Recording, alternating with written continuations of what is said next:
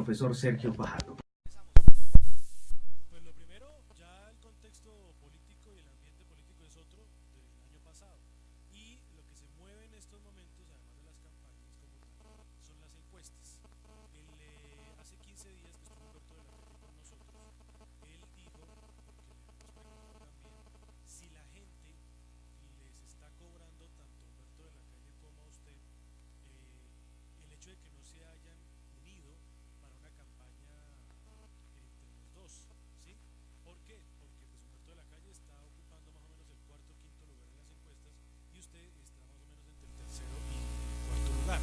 Y entonces le pregunto a usted, doctor Fajardo, que el doctor Humberto de la Calle dijo que él le propuso a usted aliarse a finales de año pasado y que por usted fue que no hubo esa alianza y que la gente entonces les está cobrando ahora y por eso de pronto ese descenso en las encuestas, porque usted el año pasado, a finales del año pasado, lideraba las encuestas. Ha venido pues lamentablemente bajando en esos sondeos. El doctor Humberto de la Calle pues dice que usted fue el responsable de no concretarse esa alianza entre ellos dos. Entre ustedes. Entre ustedes dos. Bueno, yo no estoy de acuerdo con esas afirmaciones, y no más o menos tercero cuarto, sino tercero y vamos subiendo. Estamos en diferentes momentos del recorrido y el doctor de la Calle pues está en el quinto lugar.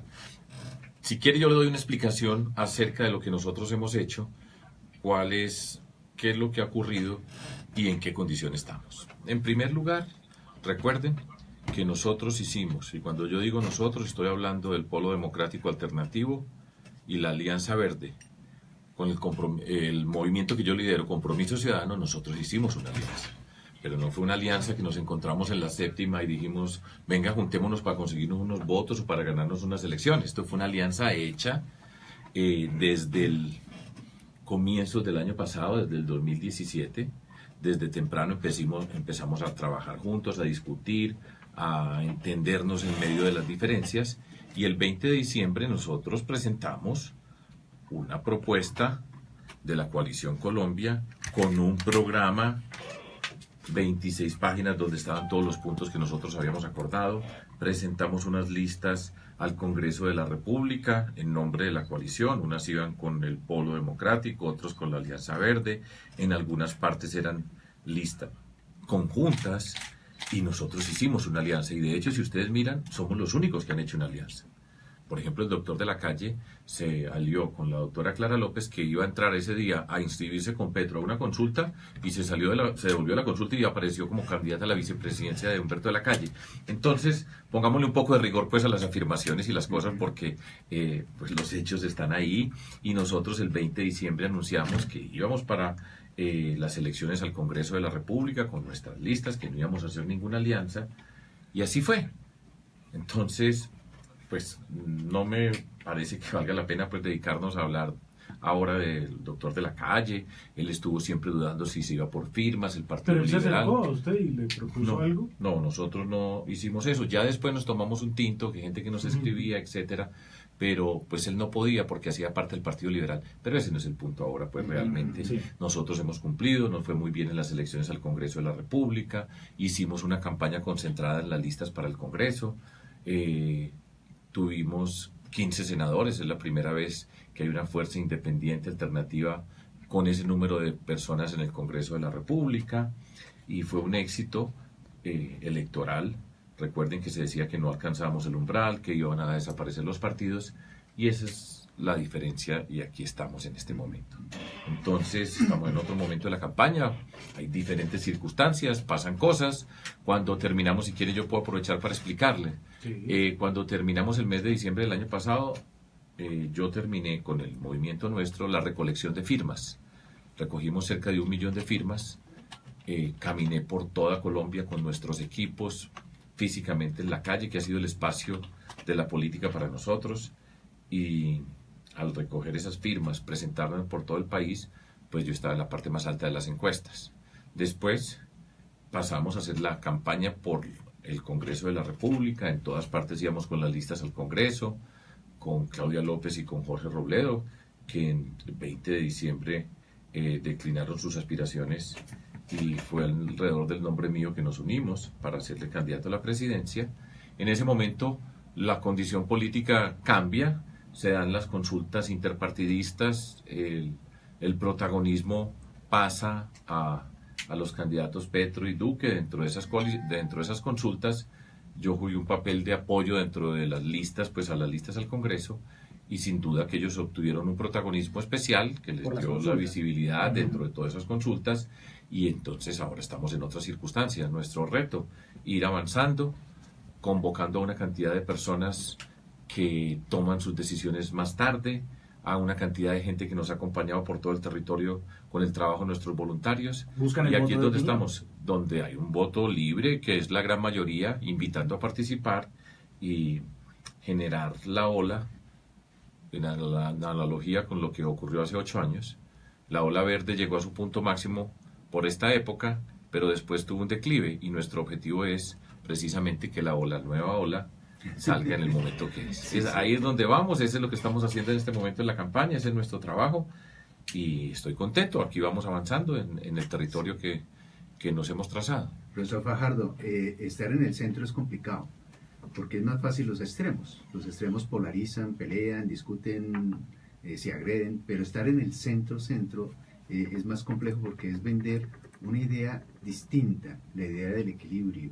Los extremos hacen su pelea ya y polarizan el país.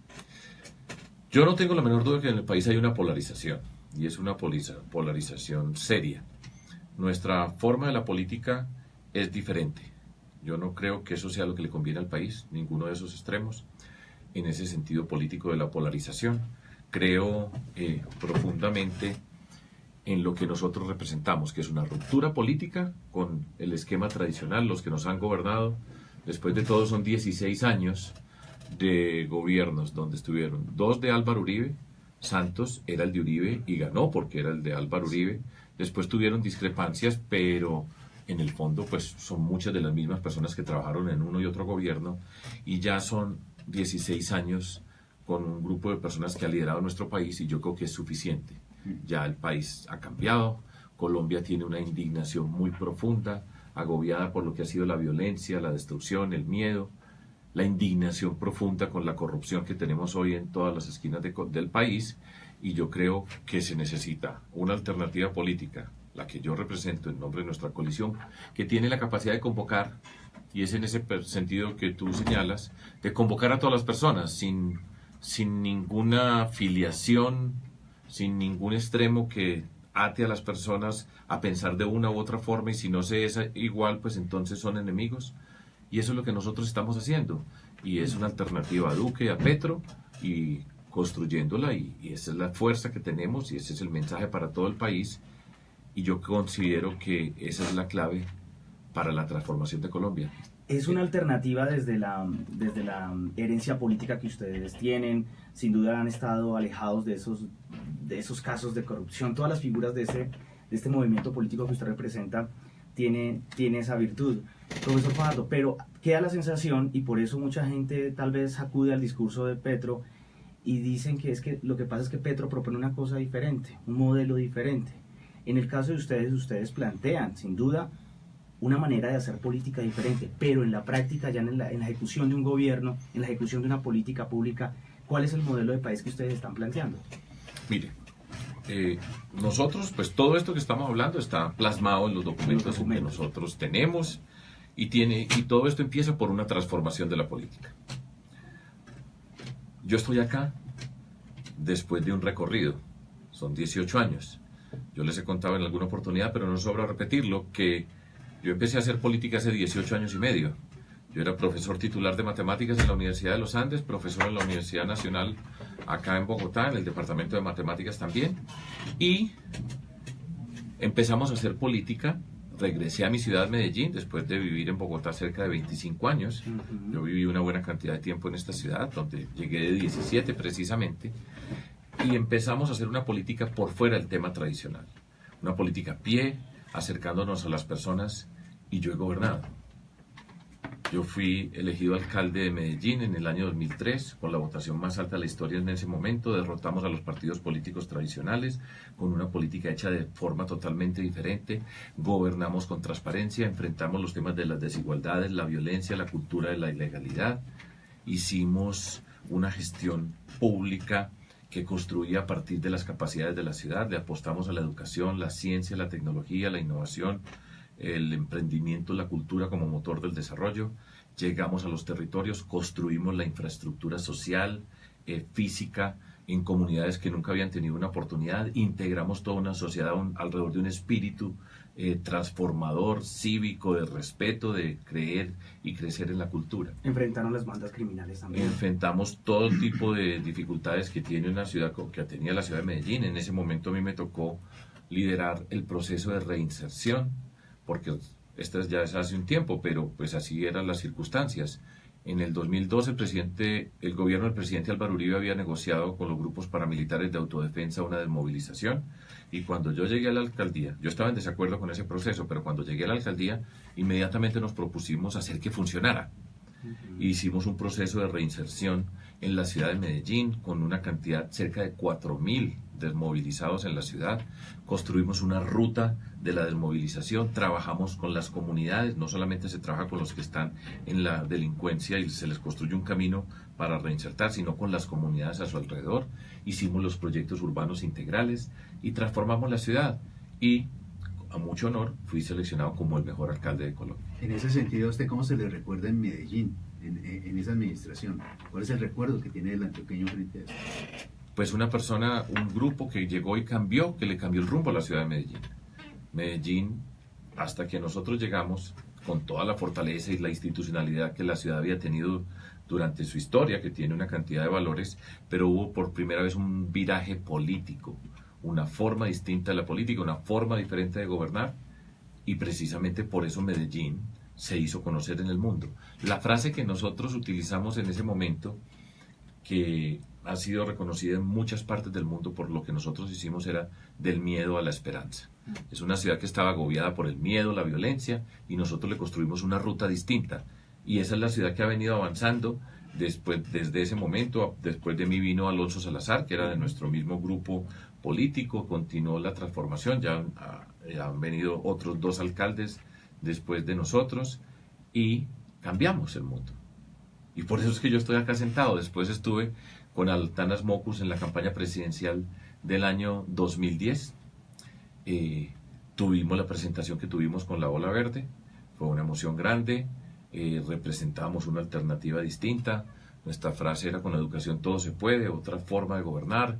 Altanas Mocus, alcalde destacado de la ciudad de Bogotá, inspirador en muchos sentidos. Y yo después fui gobernador de Antioquia también, derrotando a las mismas estructuras políticas tradicionales, a las mismas maquinarias, sin pagar un peso por un voto, sin darle un puesto ni un contrato a un concejal o a un diputado. Entonces, cuando yo estoy aquí sentado, es por una trayectoria de haber gobernado, de entender los territorios, de entender los problemas del gobierno, de los gobiernos, y es decir, esa es nuestra riqueza. Lo que propone el profesor Fajardo es un modelo de país que se cambie desde la manera en la que se hace política para empezar. Exactamente. Para empezar. Primera condición, otra política. La misma política hecha con las mismas personas no funciona.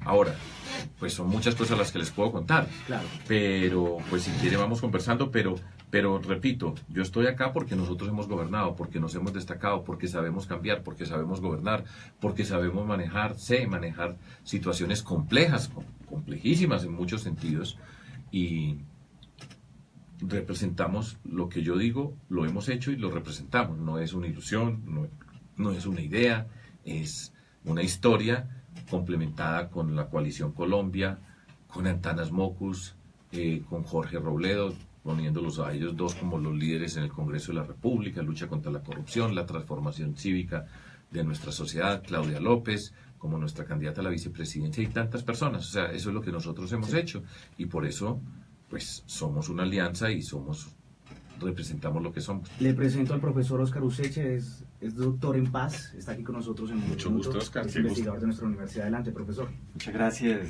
pues muy bienvenido, profesor Fajardo. Da mucho gusto, primero, en nuestra emisora, a un colega que tiene altas posibilidades de ser presidente de la República. Y eso nos lleva a varias reflexiones. Recientemente leía a Habermas, ya bastante avanzado de edad. Yo, en el periódico El País de España, yo leí esa entrevista. Leíste la entrevista, sí, en donde decía en algún momento no necesitamos no es bueno que los filósofos gobiernen. Ajá. Aquí tenemos una posibilidad de que gobierne un educador, muy próximo de la filosofía, por supuesto, también. Pero en esa revolución educativa que se plantea, que es la que posibilitaría un cambio cultural, según lo que ha argumentado permanentemente Sergio, pues ese cambio cultural es de largo plazo. Me parece, por ejemplo, que va el caso de Antioquia y de Medellín, con todo ese esfuerzo que han hecho ustedes, pero no es precisamente hoy la opinión ilustrada, la opinión de un movimiento como el que ustedes lideran, la que predomina, sino por el contrario, parecen haberse levantado las voces más conservadoras en esa gran Antioquia y en ese Medellín del que esperamos tantos cambios. ¿Cómo interpretar esto, profesor Fajardo? Pues estamos en política y a largo plazo solo se llega empezando hoy. Si no empezamos, pues el largo plazo cada vez será más largo el plazo y nosotros nos atrevimos a participar en política. Por eso estoy yo acá sentado, retomando la historia que empecé a contar desde hace 18 años, porque nos cansamos de decir ¿hay qué? Habitualmente muchos de nosotros del mundo académico, del mundo intelectual, estamos diciendo hay que hacer esto. Yo escribía columnas, participaba en conciencias, en radio, siempre escribía. Yo soy un matemático, pero en medio de todo eso, pues siempre con esa preocupación por nuestra sociedad, pero esa preocupación terminaba fundamentalmente con el hay que hacer esto en Colombia. Y cuando nosotros decimos hay que hacer esto, ¿a quién le estamos diciendo que lo haga? A alguien. Y esos son los políticos. Después de todo, son los políticos los que toman las decisiones más importantes de nuestra sociedad. Y la decisión que nosotros tomamos fue participar en política, lo que yo nunca me imaginé. Yo nunca me imaginé que iba a ser presidente de Colombia, ni alcalde de Medellín, ni gobernador de Antioquia. Pero nos atrevimos a participar en política. Y ese es el reto, y eso es lo que nosotros hemos hecho, y hemos avanzado. Y así vengan, estamos, repito, en política, hay cambios en la política, hay elecciones, nosotros tenemos capacidades, tenemos deficiencias también en nuestra forma de organizarnos, en fin. Pero sin duda, Oscar, que la marca está allá y hay un avance sensible. Hay momentos donde las sociedades toman otras decisiones, hay unos cambios, algunos son superficiales, hay otros que son más profundos, pero nosotros le pusimos la marca, y le pusimos la marca a la ciudad de Medellín, el departamento de Antioquia, pero esa es la política, y eso es pues por fortuna estamos en una democracia. Ahora, yo no quisiera que quien está de gobernador de Antioquia estuviera de gobernador, pero pues estamos en esa discusión, no se ganan las elecciones. ¿Por qué no ganamos? Porque cometemos errores, porque tenemos debilidades en algún momento, y eso hace parte de la vida, pero estamos en una democracia. Hay un aspecto que es preocupante, y es ver el país con una visión muy conservadora. Es decir, la guerra, todo lo que nos ha pasado debería habernos dado otro sello, pero es increíble cómo nos hemos vuelto de conservadores en las cosas. Pues yo creo que después de tantos años de guerra, porque a todas las personas que estamos en este programa y a todos los que nos estén escuchando, de todas las generaciones, a los que nos están viendo también, a los que me están viendo allá también, por supuesto, muchas gracias, un saludo. Nosotros hemos vivido en una sociedad que la violencia ha sido parte de nuestra historia, y si revisamos todas nuestras vidas, tienen una marca. Una primera página de la historia de Colombia nos ha tocado vivir a nosotros, donde los protagonistas han sido guerrilleros, paramilitares, bandas criminales, narcotraficantes, ilegales y corruptos. Entonces, una sociedad que ha pasado por muchas dificultades. De hecho, no tengo duda de que Colombia es una sociedad resiliente. Después de todo, la gente es cariñosa, la gente es amable, ha sido capaz de sobreponerse a muchas cosas. En este momento está profundamente indignada esta Colombia nuestra. No es la Colombia que salía de primera en Campeonato Mundial de la Felicidad, de los más felices y los más alegres. Pero esta Colombia pues ha pasado por todas esas dificultades. Y yo creo que tuvimos, para mí, una oportunidad perdida, que en el siguiente sentido, con el proceso de paz. El proceso de paz tendría que haber sido el momento donde nosotros nos unimos todos en Colombia alrededor de algo positivo, porque nos han unido el miedo de la guerra, de la destrucción, dolor, rabia, tristeza, deseos de venganza, indignación, pero el acuerdo de paz era la oportunidad para que nos uniéramos en otro sentido, para darnos una mirada diferente a nuestra sociedad, para reparar tanto dolor que hemos tenido, pero para avanzar. Se debió haber hecho mejor el acuerdo de paz. Yo no tengo la menor duda, pero la conducción del proceso de paz en primera instancia, porque es que no se hizo una pedagogía, no se hizo una pedagogía verdadera de la paz. No nos enseñaron a soñar una paz. Exactamente. Y es que ni siquiera con la venida del Papa Francisco. Que tanto Pues ayudó, además. Sí, que ayudó, pero fíjense ustedes que durante todo ese tiempo de la negociación no se hizo una pedagogía para el país, para decirnos qué sentido tiene la paz, cómo puede afectar nuestras relaciones en los niveles más básicos como personas, como comunidades, las oportunidades para el desarrollo, lo que significaría pasar esa página. Y no se hizo, y yo creo que ese fue el error más grande de todos. Y eso terminó en que ganó el no. Sí. Y entonces, en lugar de estar unidos, quedamos fracturados, y después con las modificaciones al acuerdo, no se ha seguido haciendo la pedagogía de la paz. Entonces aquí estamos en una incertidumbre total, no sabemos cómo ha avanzado, qué está pasando en los territorios donde tendría que haber llegado el Estado. O qué va a pasar con los senadores de las FARC. Todo es un albur, todo es una inquietud que nadie sabe responder, no ha habido una conducción verdadera del proceso. ¿Quién es el vocero del gobierno nacional? No sabemos quién es, yo no sé quién es el vocero del gobierno nacional. No hay un seguimiento al proceso. ¿Quién es el vocero de las FARC? No sabemos. No hay un proceso de seguimiento, de explicarle regularmente al país qué es lo que está pasando, por qué pasan las cosas, y eso pues debilita ese proceso. Entonces, lo que tuvo que haber sido una oportunidad para unirnos, hoy es una situación difícil que no nos une, yo creo, en el proceso de paz, y tenemos que avanzar en ese proceso. Pero cada día es más difícil, porque una vez que usted empieza y lo va haciendo con errores y se van acumulando debilidades, cada vez que va llegando, mientras más se demore, más complejo es el problema. Hoy, por ejemplo, empieza la Comisión de la Verdad, Sí. que me alegra. Con el padre Rubio. Sí, con el padre Francisco de Rú. Y seguro que van a hacer un trabajo muy importante para nuestro país.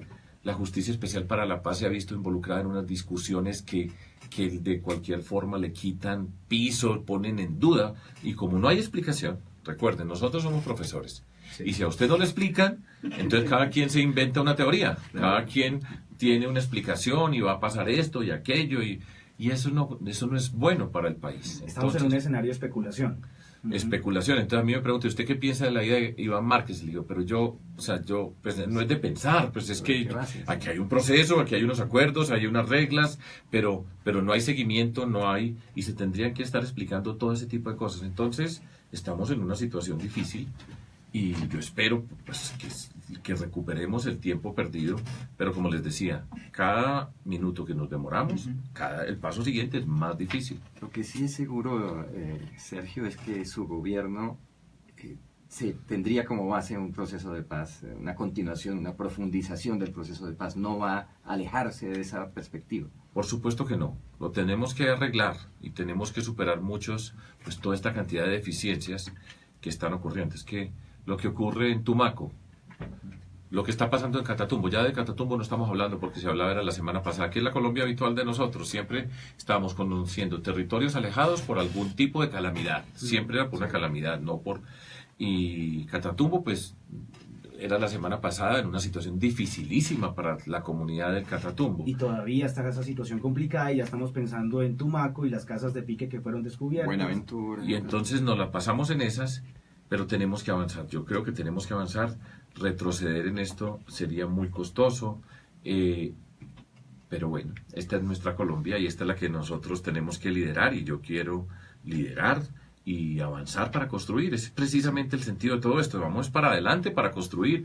Ahora, para dividirnos otra vez en dos trincheras y volver a repetir esta historia, pues sería un fracaso muy grande para nosotros como sociedad. Profesor Useche. Sergio, vamos al programa. Sí. El programa, el núcleo es educación, la razón para unir a los colombianos. Sí.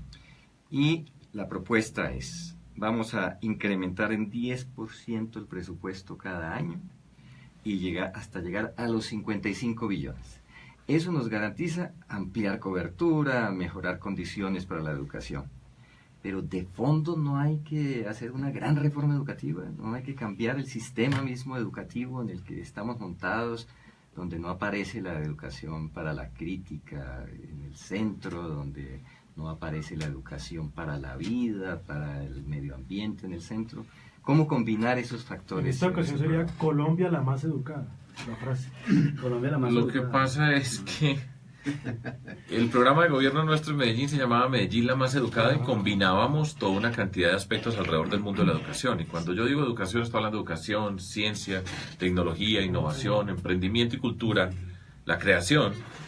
Pero no puedo decir toda esa cantidad de palabras cada vez que digo una, pero digo educación como palabra articuladora de apostarle a la capacidad de y bueno, retomo pues con lo de Colombia la más educada y era Medellín la más educada, después fue Antioquia la más educada, que ni Medellín ni Antioquia, valga la pena hacer un paréntesis, son las más educadas. Era una forma de convocar, era un reto para la sociedad, para decirle a todo el que estaba allá es la más educada, pero le estábamos poniendo una palabra ya en la mente a todas las personas que es educación. Pues vea que hasta aquí en Bogotá nosotros todavía no suena la Claro, frase. porque era una potente, pero no era Medellín educada ni Antioquia educada, sino la más. Y esa fue una forma deliberada de ponernos un reto como sociedad. Una sociedad asociada con la violencia, con la destrucción, con todo lo que estaba asociado a Medellín y Antioquia, nosotros cambiamos y le ponemos un reto de decir vamos a apostarle a este camino. Ese es un hecho cultural, político, simbólico, que permite que la sociedad se mueva en una dirección y para eso estamos quienes lideramos y conducimos las sociedades. Dicho esto, entonces, una vez el presidente Santos, de hecho yo estaba en un evento y hablé de Antioquia la más educada y Medellín la más educada y me dijo, a mí me gusta mucho esa expresión del gobernador, en ese momento yo era gobernador, yo quiero que Colombia sea la más educada y Colombia la más educada. Y ahí me dañó la frasecita. No la siguió mencionando. Pero bueno, yo quiero retomar lo que dice Oscar, porque el punto es el siguiente. Nosotros, ¿cuál es el primer paso realmente dentro de todo esto? Necesitamos recursos, listo. A lo que te referiste es, vamos a tener muchos más recursos para el mundo de la educación. Se necesita, primer paso. Pues, o un punto fundamental. Pero lo que nosotros vamos a hacer de primero es el Pacto Nacional por la Educación. Y me explico, y aquí se puede explicar y tenemos tiempo para decir un poco las Y además cosas. creo que es lo más importante de toda la campaña suya, profesor Fajardo, Es sin muy desconocer potente. que hay otras cosas. Tenemos que hacer de todo. A mí me dicen seguridad, y pues que yo fui el que coordinaba la seguridad de la ciudad de Medellín en la gobernación de Antioquia, y yo he trabajado con la fiscalía, con los generales, ocupar los territorios, pero uno tiene una identidad y una forma de conducir dentro de todo esto. Yo hago esta pregunta a ustedes acá y a quienes nos están escuchando. ¿Quiénes de ustedes saben en qué consiste el Plan Decenal de Educación de Colombia del 2016 al 2026? Probablemente ninguno de ustedes, y estamos hablando con personas de lo más formado que hay en Colombia. ¿Eso qué significa? Que la educación no hace parte de nuestro proyecto de país. Si nadie, pero esto que está pasando acá, no se preocupe que pasa en todas partes. Y esa es la hoja de ruta de Colombia para cambiar la educación del 2016 a 2026, un plan decenal. Si no sabemos, nosotros aquí, que somos del mundo de la educación, entonces, ¿qué pasa en Colombia? Y por eso yo lo primero que estoy convocando, y hace parte de nuestra propuesta, es el Pacto Nacional por la Educación. Apenas ganemos las elecciones, vamos a convocar a la familia de la educación. Uniminuto hace parte de la familia de la educación. Empresarios, fundaciones, los políticos en los diferentes niveles, ejecutivos, alcaldes, gobernadores, los gremios, y nos vamos a sentar y decir, aquí están los puntos fundamentales de nosotros vamos a seguir en este gobierno, en estos 4 años, son estos puntos sobre los cuales vamos a trabajar. El que participa se compromete y aporta, y empezamos a partir de ese momento a hacerle un seguimiento al tema de la educación. El 2022, el 7 de agosto, cuando yo haga esta pregunta, tenga la certeza de que todas las personas en Colombia van a ser capaces de levantar la mano y decir, yo estoy haciendo esto por la educación, estamos en esto. Ese es un hecho político, de conducción de una sociedad. Eso significa tener cabeza, hacer seguimiento, ir mostrándole a Colombia los retos que tenemos para la educación. En general en Colombia, si usted habla de educación, inmediatamente la gente lo único que dice es Serpilo paga. Si usted diga algo de educación y solamente hablan de un programa pequeño dentro de todo el mundo de la educación. Desde la educación superior. Y ese es solamente en la educación superior. Y Entonces, si lo ponemos en el gremio de los docentes de la educación pública, paros. ¿Sí? Porque la gente asocia tiene la mucho sensación. la educación con conflicto, y entonces lo que pasa cuando llega un gobierno como el nuestro a gobernar, pone las cosas en otro territorio y empezamos a construir. El camino es largo, porque habitualmente dentro de todo este mundo que nos dicen a nosotros, mire a Finlandia, mire a Singapur, mire una cantidad de países que son los que salen de primeros en las pruebas PISA, deberíamos ser como ellos, mire que allá el papel que juegan los maestros, etcétera. ¿Cómo están de bien pagos los maestros? Como están de bien pagos. En Finlandia la posición, la profesión más deseada, más reconocida y deseada para estudiar es la educación, maestro. ¿Sí? Entonces nos dicen, pues, ¿por qué no hacemos como ellos? Le dije, ¿cómo hacemos? Ellos llevan ¿cuántos años apostándole a la educación? Entonces, por eso es que tenemos que empezar ahora, y empezamos a ponerlo como eje del país. Este país de la guerra, de la corrupción, de toda esta cantidad de cosas, y empezamos a construir esta página. Entonces, el primer punto del programa de nosotros es ese. Por supuesto, se necesitan los recursos. Vamos a hacer una gran movilización. Y fíjese que no he hablado todavía de calidad de la educación, en ningún lugar, ni he hablado de nada diferente a decir esto que estoy diciendo, que es la conducción política y hacia dónde vamos. Por ejemplo, todo esto inmediatamente nos lleva a un gran programa de movilización nacional alrededor de la educación. Entonces, a mí me gusta utilizar este ejemplo. A finales del siglo pasado, comienzos de este siglo, el gobierno nacional recibió la ayuda de los Estados Unidos fundamentalmente para el Plan Colombia, para enfrentar a la guerrilla y al narcotráfico. Millones de dólares. Y todavía se reciben millones de dólares fundamentalmente desde los Estados Unidos. Se llama el Plan Colombia. Ahora Bueno, Paz Colombia. nosotros no. Plan Educación Colombia. Ahí la paz, pero vamos a hacer el programa Educación Colombia.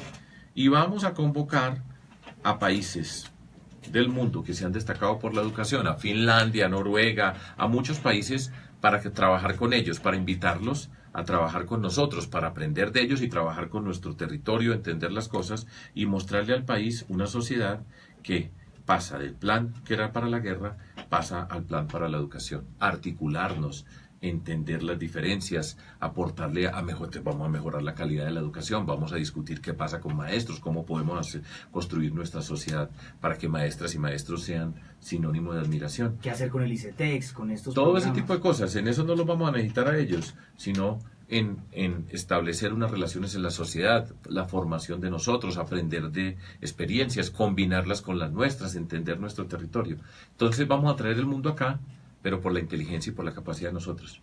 Esa es política, eso es lo que se llama hacer política, conducir la sociedad. Ya que habla de educación, doctor Fajardo, un candidato propone acabar con el ICETEX. ¿Está de acuerdo con eso? No, yo no estoy de acuerdo con eso. El ICETEX es una institución necesaria en Colombia. Pues es relativamente fácil decir, acabes el ICETEX, se condonan todas las deudas y listos, pues, y todo es gratis. Pero en ese país no existe. Yo creo que nosotros tenemos que construir, ser capaces de ir avanzando, moviéndonos hacia objetivos. Sin duda hay que reformar el ICETEX, ya se ha avanzado, no capitalizar intereses sobre intereses, las personas pagan cuando tengan un trabajo para pagar, redefinir una cantidad de subsidios que tienen que ser subsidios deliberados del Estado, porque no es una empresa financieramente autosostenible, sino que sirva para ayudarle a la gente para que avance en su formación, diseñar nuevos subsidios. Hay muchas personas en Colombia que pagan 2 pasajes para ir a estudiar, pero no almuerzan. O sea, hay una cantidad de elementos que nosotros tenemos que atender. Entonces yo no creo, pues, que haya que acabar con el ICETEX, hay que perfeccionarlo, mejorarlo, entender la naturaleza de la educación superior. Por ejemplo, la universidad, cerca del 30% es pública y 70% es privada. O sea, hay una cantidad de factores que nosotros tenemos que entender para hacer la transformación. Sí. Entonces, en ese sentido yo quería preguntarle eso, y es el tema de las universidades públicas. En cualquier otro lugar del mundo, ser estudiante o egresado de una universidad pública es un prestigio, y ser egresado de la nacional, a ver, es un prestigio reconocido. Pero esa educación necesita más apoyo, más inversión. Cuando uno revisa el campus de la nacional, que es un aspecto muy banal si lo quiere, pues una cantidad de edificios que se están desbaratando. Una cantidad de cosas que no funcionan precisamente porque se ha descuidado profundamente. Nosotros tenemos que aportarle a la educación superior pública, ampliar su cobertura, revisar muy bien su organización. Pero imaginen ustedes, yo estuve el otro día en la Nacional con estudiantes, una reunión maravillosa, estudiantes sentados, nadie peleó con nadie, escuchando, que además es una imagen que a mí me gusta mucho, porque también hay que explicarle al país que la educación no es sinónimo de peleas, de destrucción, capacidad de ser críticos, porque no era, pues, era una conversación bien hecha. Pero si eso es en la Nacional, en Bogotá, estamos hablando de la Nacional en Bogotá, en el campus de la Nacional, que es lindísimo. Sí, o sea, eso lo hizo Alfonso López Pumarejo, si la memoria no me falla, ¿cierto? Es un sitio bellísimo, pues es un sitio extraordinario de Colombia, pero en particular de Bogotá. Y si eso pasa ahí, entonces ¿qué pasa en nuestras escuelas rurales? Calcule pues en una vereda de Colombia cómo están las condiciones. Todo eso es parte de lo que nosotros tenemos que enfrentar en Colombia y empezar a presentarle al país cuál es el plan de la educación rural y cómo tenemos que trabajar sobre la infraestructura de las escuelas en cualquier vereda y cuáles son las condiciones de las maestras y maestros, cómo vamos a trabajar por ese bienestar, cuáles son las condiciones fundamentales para llegar a todos esos territorios, conectar la alimentación escolar, el transporte, en fin, una cantidad de elementos que Colombia no conoce. Esta Colombia no conoce. Conmigo como presidente los vamos a conocer y los vamos a trabajar y le vamos a mostrar al país una ruta para ir avanzando, pero para que Colombia vea eso. Eso, por ejemplo, podría haber sido uno de los capítulos de la paz, de la construcción de la paz en el territorio. En esos 200 municipios identificados con mayores condiciones de pobreza y violencia, los planes de desarrollo con enfoque territorial, hacer de las escuelas rurales sitios de encuentro, allá va la Junta de Acción Comunal, allá puede llegar. No se habla de nada de eso en Colombia. Sí. Muy bien, son las 8:35, vamos a hacer una pausa y en breve continuamos con el profesor Fajardo. Vamos a cambiar a la otra orilla, la orilla personal. Queremos conocer más de él y para eso necesitamos música. Por eso, en algunos segundos, ¿qué quiere escuchar, profe? ¿Qué música le gusta? ¿Qué música se escucha en la camioneta cuando va hacia los lugares? En general... ¿Maluma? No, es que aquí nos han dicho que... En Antioquia lo condecoraron. Sí, claro. Pero no mi gobierno. Ahora, es un talento y tiene unas habilidades y estamos en este mundo. Llega una yo no digo franja que importantísima. Sí, claro, y habrá que discutir acerca de sus letras y eso, que yo creo que es una discusión interesante dentro del tema de las mujeres, la apuesta por el desarrollo de las mujeres y ese machismo. En fin, todo eso está sujeto a discusión, pero yo no soy de esos pues que dice que tienen que ser las canciones que mi papá y mi mamá escuchaban, que vamos a escuchar los guaduales o espumas. No, a mí me gusta la música, me gusta el rock en español, me gusta la música clásica. En el carro fundamentalmente es música clásica. Hay canciones, muchas que me gustan, Solo le pido a Dios. Hay muchas canciones realmente que me gustan así de ese estilo. Bueno, entonces vamos a irnos a Se los está organizando el playlist. y regresamos con eso, y también le decimos a nuestra gente en Twitter que se está moviendo bastante, que nos compartan sus preguntas al profesor Fajardo a través de nuestra cuenta @uniminutoradio. Preguntas ya de tipo personal que quieran conocer del profesor Fajardo. Aquí se las formularemos en la radio universitaria. Se nos está acabando el tiempo y yo como me parece... Bueno, regresamos.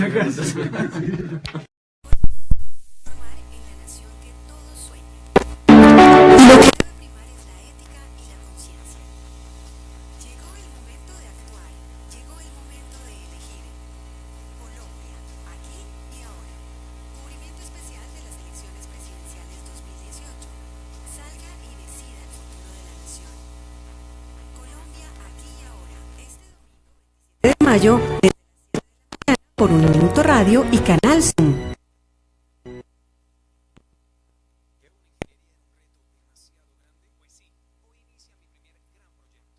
Independiente no era para mí.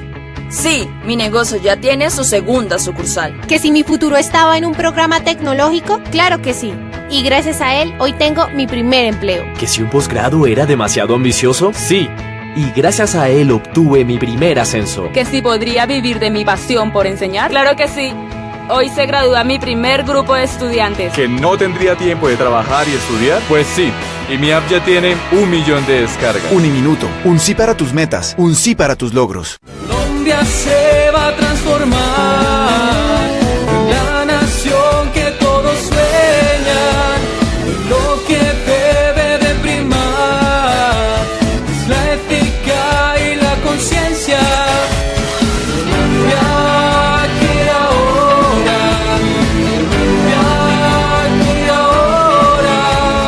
Es momento de elegir. Desde ahora elija Uniminuto Radio como su canal de consulta sobre el tema electoral del país. Elecciones presidenciales 2018, 27 de mayo por Uniminuto Radio.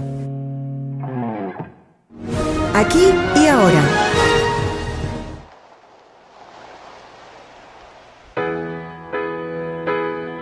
La espera me agotó. No sé nada de vos. 8:39. Esta es la radio universitaria. Aquí ahora en Uniminuto Radio, 27 de mayo estaremos con ustedes a través del canal Zoom y nuestra estación radial. Bueno, profesor Fajardo, llegamos a un momento menos acartonado, menos formal, aunque eso no va con usted, ¿no? No se le ve muy acartonado, se le ve más bien suelto, más libre a la hora de explicar. Tranquilo, yo. Sí, súper relajado. ¿Le gustan las corbatas? No. Nunca lo he visto con corbata. Pero no tengo nada contra quien se pone una corbata. Cada se trabaja quien igual. escoge cómo se viste, sí. A qué hora se viste, eso cada quien. En su gobierno la corbata no aparecerá. Aparecerá en algunas oportunidades. Por protocolo quizás. Algunas, si es necesario. Yo no tengo problema. Pues mi cruzada en la vida no es contra las corbatas. Ese no es mi proyecto de vida. Entonces, si hay una necesidad de ponerla, pues me la pongo. Y punto. Y seguimos avanzando porque y ha habido otros antioqueños que han usado unos fracs que les quedaban un poco raros, pero los usaron en su momento, ¿no? Cada quien escoge cómo se viste.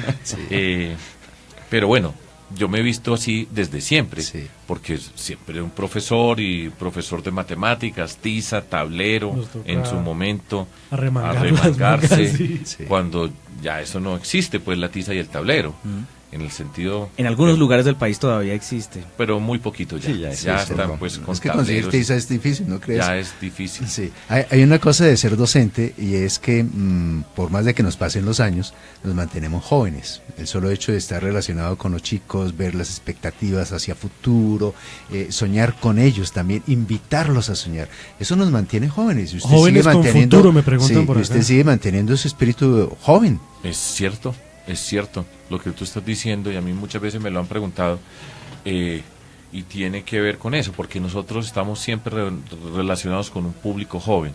Los rostros de nosotros después de todo no cambian, toda la vida nosotros y vemos esos rostros de jóvenes que llegan con el entusiasmo, que pasan por todo este proceso, y eso es una forma de tener el espíritu permanentemente joven. De hecho, el otro día me pareció gracioso, pues Gustavo Petro, que decía que 4 candidatos eran profesores. Le dije, no. Uno puede haber dictado una clase, alguna cosa así, pero ser profesor, escogerlo como forma de vida, es otra cosa muy diferente. Y si volvieran a ser, volvería a ser profesor. Me siento, por ejemplo, muy orgulloso de, pues yo he sido profesor en diferentes partes del mundo, de haber sido, tener 2 doctorados honoris causa, uno de la... Reales. Real. Yo tengo un doctorado.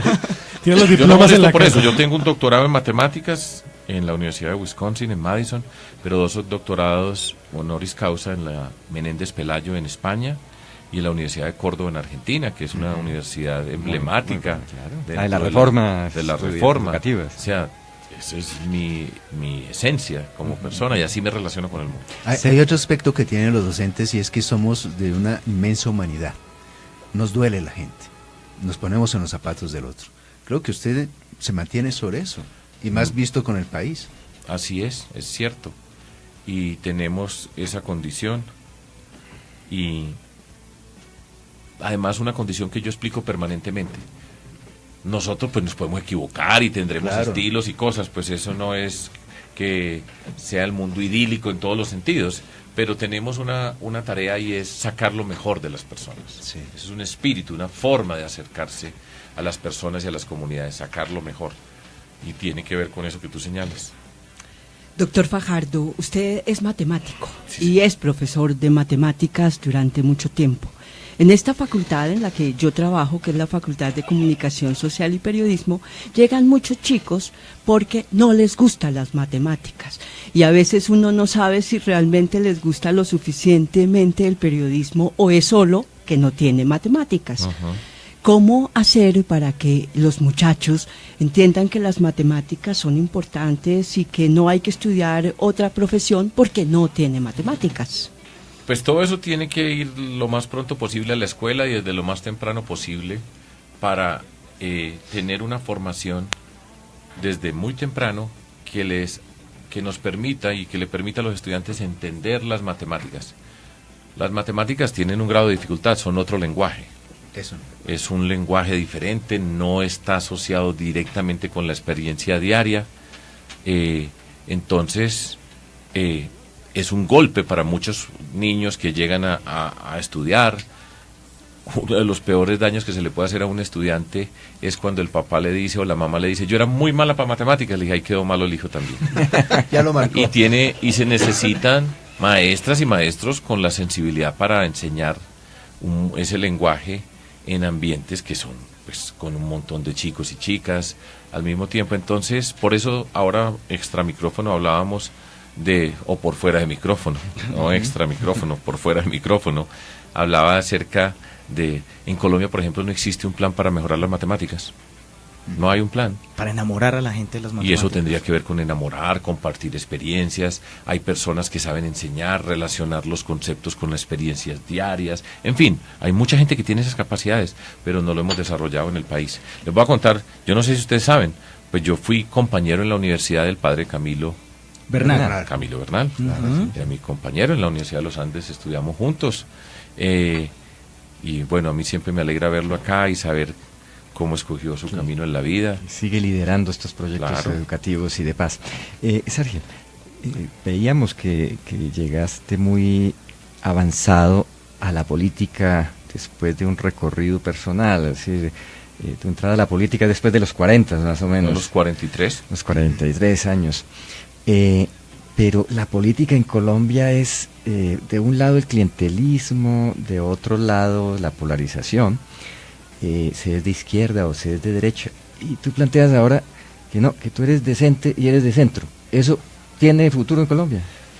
Yo nunca he dicho que sea de centro. Yo creo que pues ahí siempre, como dicen, no es de derecha y no es de izquierda, pues tiene que ser de centro porque a uno lo tiene que poner en una casilla, ¿cierto? Pero digamos pues que es una forma alternativa de la política, un conjunto de principios, unos problemas que vamos a resolver, una forma de resolverlos, una manera permanente de permanecer en la política, de ser capaz de trabajar con diferentes sectores, de no estar permanentemente dividiendo. Usted y yo somos diferentes,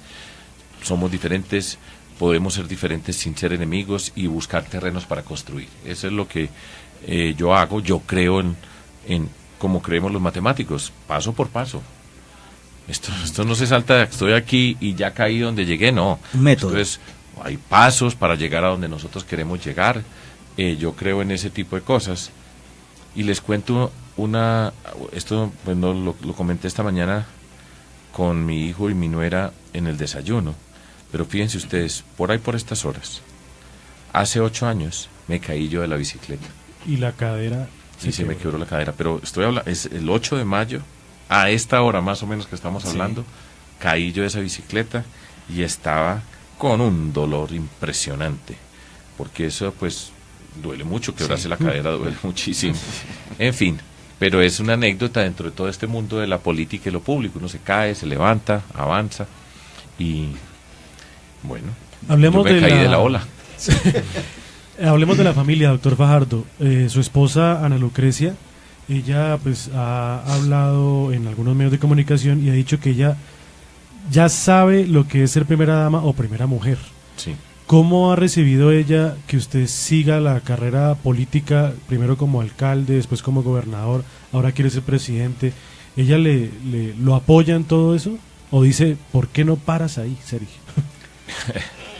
Yo ella es mi segundo matrimonio. Yo estuve casado en primera instancia con la mamá de mis hijos, y con Lucrecia nos conocimos más o menos por el comienzo de esta época. O sea que nos conocimos en este mundo. Ella es una médica, ella es una psiquiatra y es una mujer autónoma. O sea, ella no es, nos conocimos grandes, ya ella también tiene 2 hijos de su primer matrimonio, y entonces es una relación muy distinta. Es una relación muy diferente cuando somos personas mayores que ya hemos tenido experiencias previas, tenemos hijos de otro matrimonio, y pues es muy distinto, es difícil, a pesar de que pues nuestra relación creció en este mundo, porque fue en este mundo que fuimos creciendo en nuestra relación. Es muy exigente, es muy costoso para la familia, la soledad en muchos momentos. Esto es una expresión permanente de estar volcado a la gente, y los que están al lado de uno, que todos necesitamos muchas veces sin tener la presencia y esa relación de pareja. Lo mismo con los hijos, ¿cierto? Entonces es costoso, es difícil, es duro en muchos sentidos. Ella cuando dice que sabe ser primera dama o primera mujer, ya dice, la expresión dama es una expresión obsoleta, eso es de otro siglo, ¿cierto? Ella no se considera un objeto al lado del poderoso. Aquí está este señor tan importante, y pues ella es una mujer, repito, autónoma, que tiene su trabajo, era profesora en la Universidad de Antioquia, tiene su consultorio y le da apuesta al desarrollo de las mujeres. Entonces es una relación bien interesante. Ya que hablamos de psiquiatría, cuando uno ve el panorama nacional, sobre todo en estos tiempos, encontramos que la sociedad colombiana tiene una descomposición terrible. El caso de la niña esta que está en el Hospital Santa Clara, y una cantidad de temas adicionales. Hay que abordar esos temas, sí, porque es que eso, al igual que la corrupción, nos está carcomiendo, y hay que abordarlos pronto. ¿Qué piensan ustedes frente a eso? Pues hay un tema. Ese es un capítulo pues estremecedor en cualquier circunstancia, ¿cierto? Eso se desborda cualquier clasificación, y es pues una expresión de personas que viven en nuestra sociedad que rompen cualquier parámetro incluso mismo dentro de la enfermedad, de las dificultades que tienen las personas y lo que ocurre.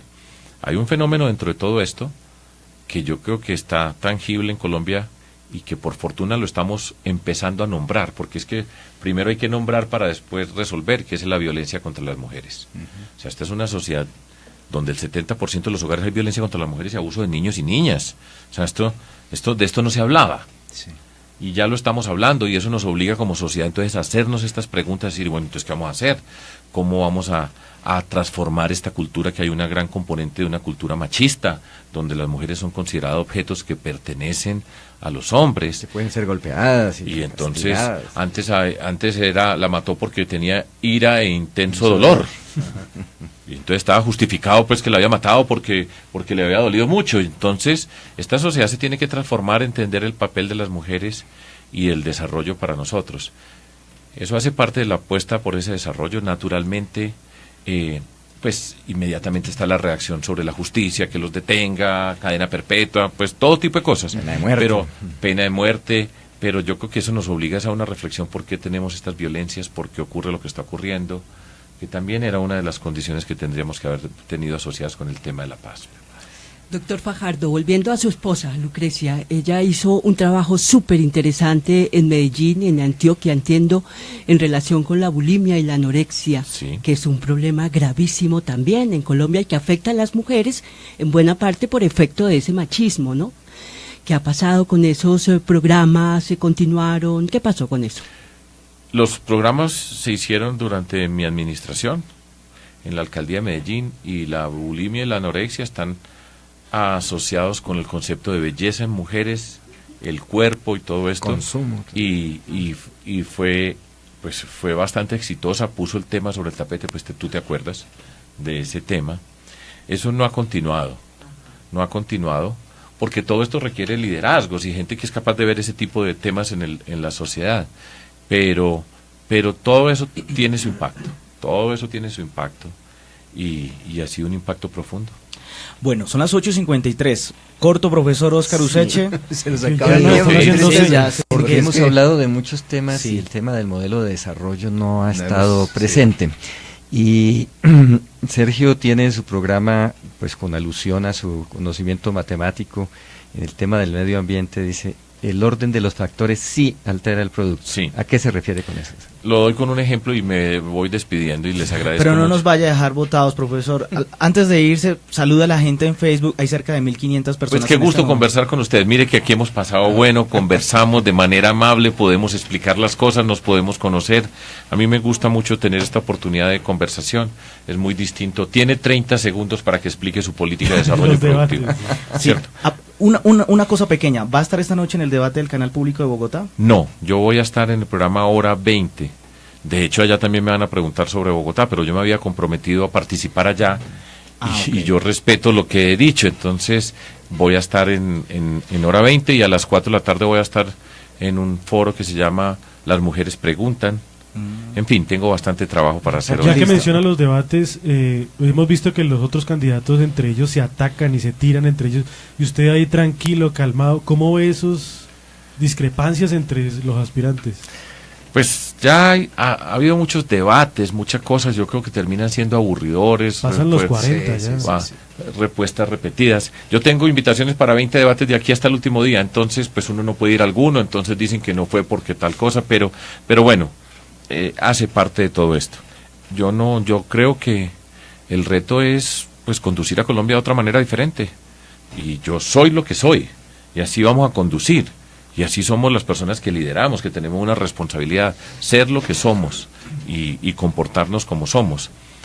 Bueno, pero entonces, ¿en qué iba? El orden de los factores altera el producto. Nuestra última pregunta. Lo pongo con un ejemplo. El presidente Santos, en su programa de gobierno, dijo que su gobierno iba a estar liderado por la locomotora minera. Sí. Entonces puso de primero la minería para jalonar el país.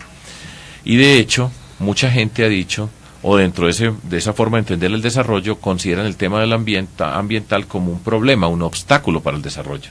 Porque si cree que es la minería, entonces el medio ambiente se convierte en un obstáculo. Y lo que nosotros decimos es, el medio ambiente es el desarrollo.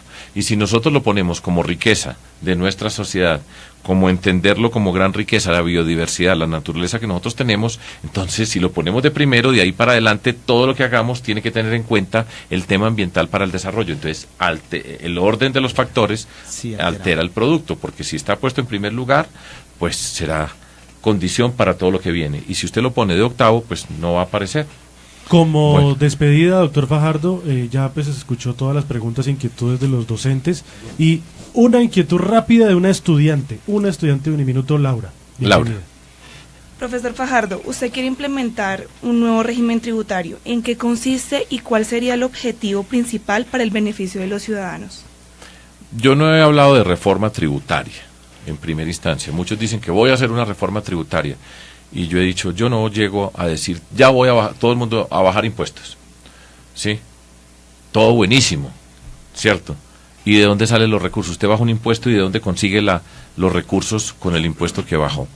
Entonces, lo que nosotros hemos propuesto es empezar buscando los recursos en la lucha contra la corrupción, enfrentando y empezando por aumentar o mejorar el recaudo. Porque mucha gente dice, yo lo voy a bajar, pero voy a mejorar el recaudo. Nosotros empezamos mejorando el recaudo con la DIAN y afectando todos esos sitios donde está la corrupción, y empezamos a aumentar ese recaudo, a afectar los lugares donde se nos está perdiendo la plata. 50 billones de pesos de acuerdo al Contralor General, que es el impuesto más grande que pagamos nosotros en Colombia. Porque eso se olvida pues en estas discusiones. Hemos tenido casi una reforma tributaria cada 2 años. Entonces, todos los días está cambiando las reglas de juego, pasa una cosa u otra, nosotros arrancamos en otro orden. Vamos primero por el recaudo, empezamos la cultura de la legalidad, afinamos los proyectos productivos que vamos a desarrollar, y después podremos discutir acerca de una reforma tributaria que nos permita ver cómo van las empresas. Esta reforma tributaria actual tiene una disminución de los impuestos a las empresas. Tenemos que ampliar la base de contribución. Las personas que más tenemos que pagar más, revisar una cantidad de exenciones que hay por todos lados. Y esa es la forma como nosotros vamos a trabajar. Muy bien, son las 8:58. Profesor Fajardo, mil gracias. ¿La última? Ay, Carlos, vendedores ambulantes no. No, estamos fregados con eso. No, profesor Fajardo, ¿por qué votar por usted?